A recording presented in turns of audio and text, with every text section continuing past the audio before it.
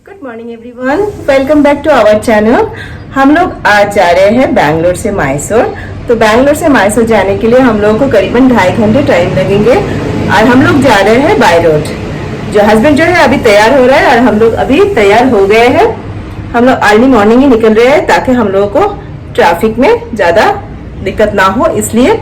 तो हम लोग मैसूर जाने के बाद वहाँ पे कहाँ स्टे करेंगे, मैसूर में क्या क्या घूमने की जगह है, तो फुल डिटेल्स में आप लोगों को दिखाएंगे और क्या क्या खर्चा हो रहा है वो भी आप लोगों को बताएंगे। तो चलिए वीडियो के लास्ट तक बने रहिएगा। Thank you. अब यहाँ पे कमेंट्री मैंने संभाल ली है। मैं और पापा दोनों कार में लगेज डाल रहे थे। उसके बाद हम लोग जल्दी जल्दी निकल गए। और बाहर का मौसम जो है बहुत अच्छा है, पूरा बारिश का मौसम है। तो चलिए रास्ते में देखेंगे कहाँ क्या वेदर मिलता है, कहाँ बारिश हो रहा है, क्या हो रहा है।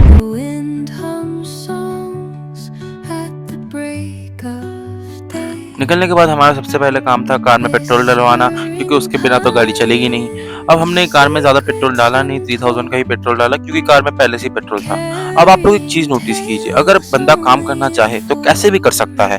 इसके बाद हमारे पास पहला टोल टैक्स आया मैसूर रोड के लिए, जिसका फेयर अराउंड 120 रुपीज था। अब हम लोग टोल फेयर से निकलने के बाद थोड़ा आगे जाने के बाद मम्मी पापा दोनों ने डिसाइड किया कि क्यों ना हम लोग स्विच कर ले, क्योंकि पापा तब से चला चला के थक गए थे थोड़ा। तो मम्मी ने बोला क्यों ना मैं ड्राइव कर लेती हूँ।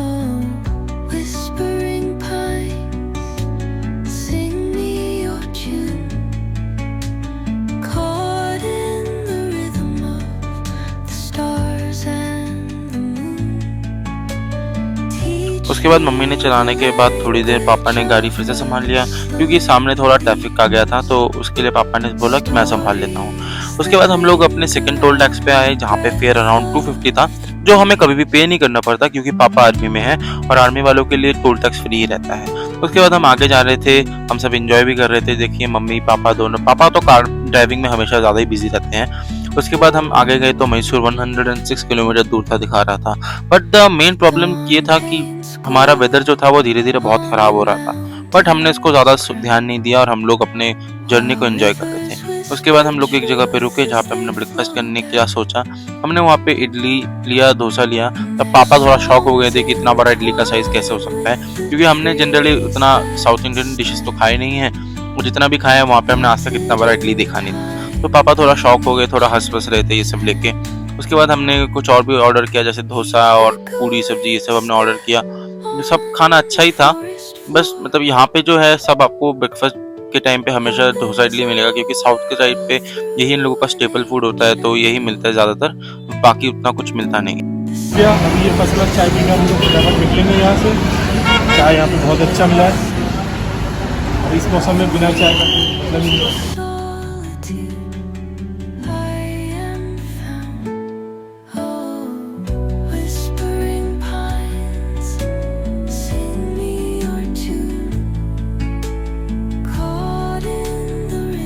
अब हम लोग अपने फर्स्ट डेस्टिनेशन पे आ गए थे, जो था मैसूर का सैनिक रेस्ट हाउस। ये डिप्टी डायरेक्टर का जो ऑफिस है उसके बगल में ही था। ये आर्मी लोगों के लिए हर स्टेशन पे एक ऐसे रेस्ट हाउस मिलता है, ताकि जो आर्मी पर्सन हो अगर वो कभी घूमने आए या आए तो वो यहाँ पे रेस्ट कर सकते हैं। यहाँ पे ज्यादातर लोग 3-4 दिन ही रह पाते हैं, उससे ज्यादा हमें अलाउड नहीं रहता रहने। उसके बाद हम सब रेडी होकर निकल गए घूमने के लिए। सबसे पहले हम जहाँ पे गए थे वो था मैसूर पैलेस। अब मैसूर पैलेस का व्यू इतना सुंदर था, मतलब बहुत बड़ा पैलेस था। हम इससे पहले कभी आए तो नहीं थे, तो हमने फर्स्ट टाइम सब कुछ एक्सपीरियंस किया। अब यहाँ पे जो टिकट फेयर था वो एडल्ट्स के लिए 120 था, बट हमें 70 करके पड़ा ड्यू टू आर्मी कंपनसेशन। अब यहाँ पे भीड़ बहुत थी, ये थोड़ा माइनस पॉइंट था कि भीड़ बहुत थी, बट इतना चलता है। बट अब मैसूर पैलेस के अंदर का जो स्ट्रक्चर्स, जो डिटेलिंग थी हर वॉल्स पे, वो इतनी अच्छी थी, इतनी सुंदर थी, मतलब आप लाइक लेजिट बहुत ज्यादा ही उसको देख के शॉक हो जाएंगे। लाइक थोड़ा आपको ऐसा लगेगा कि यहाँ पे भी कभी लोग रहते थे, यहाँ पे भी लोग कभी रूल करते थे। ये सब सोचने वाली बात है कि मतलब अगर आप देखें कि कितने लोग आए होंगे यहाँ पे, कितने लोगों ने यहाँ पे अपना लाइफ टाइम बिताया होगा यहाँ पे जो काम करते थे। अब यहाँ पे एक चीज़ आप नोटिस कीजिए, इतनी सुंदर पेंटिंग को लोगों ने किस तरह से खराब करने की कोशिश की है। उसके बाद हम लोग आगे गए, हमने कुछ पेंटिंग्स देखी राजा रानियों की। अब ये सब पेंटिंग्स इतनी सुंदर बनाई हैं कि हम मतलब देख के हमारी आंखें धन्य हो जाती है ना, वैसे हो गया। ऐसा लगने लगा था कि ये सामने ही खड़े हैं, इतनी सुंदर पेंटिंग, इतनी सुंदर कलाएं हमारे सामने थी। उसके बाद हमने राजा रानी के कुछ सामान भी देखे।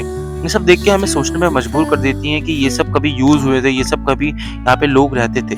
ये हमें जहाँ तक बताया गया कि ये जो था वो राजा का जो मेन क्या कहते हैं, जो सिंहासन जहाँ पे रहता था, जहाँ पे राजा बैठते थे, वो एरिया था। The earth's gentle sigh, a lullaby sung to the open. उसके बाद हम अपने सेकंड डेस्टिनेशन पे आ गए, जो था चामुंडी हिल्स, जहाँ पे एक मंदिर है जो कहते हैं कर्नाटका का वन ऑफ द बेस्ट मंदिर है, सबसे फेमस। अब यहाँ पे हम लोग आए, यहाँ पे हमें हिल चढ़ के आना पड़ा था, जो करीबन लाइक 10-15 किलोमीटर अराउंड था। उसके बाद हम लोग आए ऊपर, वहाँ पे हम लोग मंदिर में गए, दर्शन किया। वो सब हमने रिकॉर्ड नहीं किया बट अच्छा ही था। उसके बाद हम लोग टाइम था तो हमने सोचा कुछ फन एक्टिविटी करते हैं, क्योंकि रास्ते में हमें एक ये मिरर मेज और स्नो वर्ल्ड का जगह मिला। तो हमने वहाँ पर गया, थोड़ा एक्सप्लोर वगैरह किया, थोड़ा देखा वेखा, सब कुछ अच्छा ही था हमारा एक्सपीरियंस, हमने बहुत मज़े वज़े किए। उसके बाद हम लोग आगे गए तो उसी के ऑपोजिट में एक मैसूर पाक का शॉप था। अब गाइस मैसूर आए हो और मैसूर पाक ना टेस्ट किया तो ऐसा तो होता नहीं है। अब हम लोग यहाँ पे आए और यहाँ पे स्वीट्स इतने सुंदर थे, मतलब क्या बताऊँ, इतने टेस्टी, इतने लाइक मुंह में डालते ही घुल जाने वाले जो स्वीट्स होते हैं ना, मतलब इतना टेस्टी स्वीट्स मैंने आज तक नहीं खाए। उसके बाद हम सब ने थोड़ा थोड़ा ट्राई किया और इन लोगों ने इतना ट्राई करवाया ना, जो स्वीट्स था सब स्वीट्स हमें ट्राई करवाया। मतलब इनके यहाँ पे जो कहते हैं ना सर्विस इतनी अच्छी थी, इतनी पोलाइट थे ये लोग, बहुत अच्छा था। अब स्वीट्स तो इनके अलग ही थे, लेकिन पापा का एक्सप्रेशन देखो, क्या एक सेल्फ सेटिस्फैक्शन का जो एक्सप्रेशन होता है ना, वो दिख रहा है पापा के फेस पे। उसके बाद हमने थोड़े से स्वीट्स खरीद लिए और हम लोग वहाँ से निकल गए। उसके बाद हम लोग नेक्स्ट मॉर्निंग को लाइक नहा धो के थोड़ा फ्रेश होके हम लोग एक मॉर्निंग वॉक के लिए निकले थे ब्रेकफास्ट से पहले, ताकि हमारा माइंड फ्रेश हो जाए, क्योंकि उसके बाद हमें वापस निकलना था मैसूर से। अब हम लोग यहाँ से मैसूर से निकल जा रहे हैं। देखिए मैं और पापा फिर से पैकिंग पे लग गए हैं, हम लोग कार में लगेज डाल के निकल गए। उसके बाद हम लोग ब्रेकफास्ट करने आए थे एक और रेस्टोरेंट में, जो काफ़ी अच्छा था। जैसे मैंने आपको पहले भी बताया कि यहाँ पे हमेशा आपको डोसा, इडली यही सब मिलता है। इसके बाद हमने पूरी सब्जी थोड़ा सा और 2 डोसा ऑर्डर किया, जो अच्छा था बहुत। Whispering pines, sing me your tune. Caught in the rhythm, the stars and उसके बाद हम तीनों ने कॉफ़ी पी और निकल गए आगे के लिए। अब हम लोग जा रहे हैं डायरेक्ट हमारे ऊटी के लिए। अब ऊटी जाने से पहले जो हमारे रास्ते में पड़ता है वो है बांदीपुरा फॉरेस्ट रिजर्व। अब ये जो फॉरेस्ट है ये मेनली एक टाइगर रिजर्व है, बट यहाँ पे फॉरेस्ट पे हमें इतने एनिमल्स दिखे, लाइक हमने इतने सारे एनिमल स्पॉट किए कि अब क्या बताएं। मतलब हमने डियर देखा, वाइल्ड बफेलो देखा, इवन तक हमने बंदर वगैरह भी देखा, हाथी भी दिखे हमें। देखिए हाथी भी है। उसके बाद हमें जो हमने सोचा भी नहीं था, हमें एक स्लॉथ बियर तक दिख गया। मतलब ये सब जो है लोग पैसे देके देखते हैं, हम ऐसे ही रास्ते में जा रहे थे बीच में से, तो हमें इतना कुछ दिख गया रास्ते में, हम सोच नहीं सकते। उसके बाद जंगल क्रॉस करने के बाद हम लोग निकल गए ऊटी के रास्ते।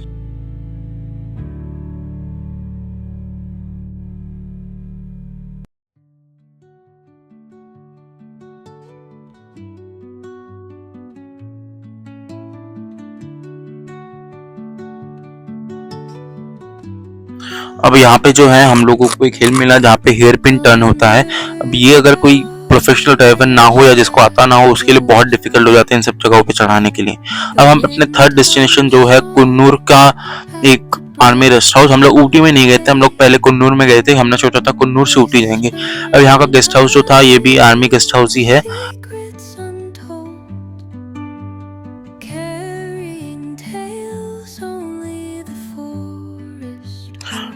उसके बाद हम लोग रेडी वेडी होके निकल गए हम तीनों। अब हम लोग आगे निकलने के बाद हम लोग चले गए,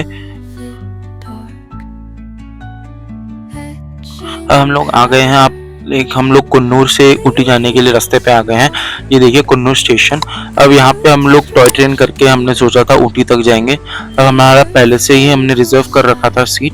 अब यहाँ पे एक चीज़ है, अगर आप लोग पहले से अपना सीट रिजर्व करके नहीं रखेंगे तो ऑन द स्पॉट आपको मिलना बहुत ही मुश्किल है, बहुत रेयरली मिलता है यहाँ पे, वरना नहीं मिलता है आपको।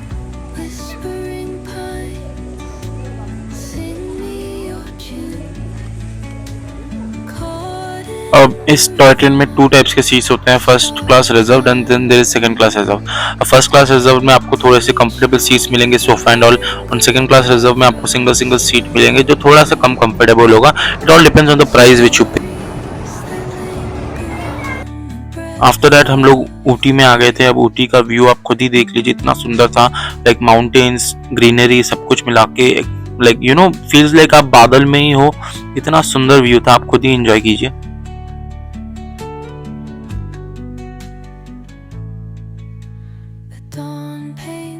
अब यहाँ पे जो हमने एक प्रॉब्लम फेस की थी वो थी कि बहुत ज़्यादा हेवी रेन की वजह से लैंडस्लाइड होने का खतरा था, इसलिए हम लोगों ने अपनी सेफ्टी के लिए पहले ही हम लोग जल्दी निकल गए।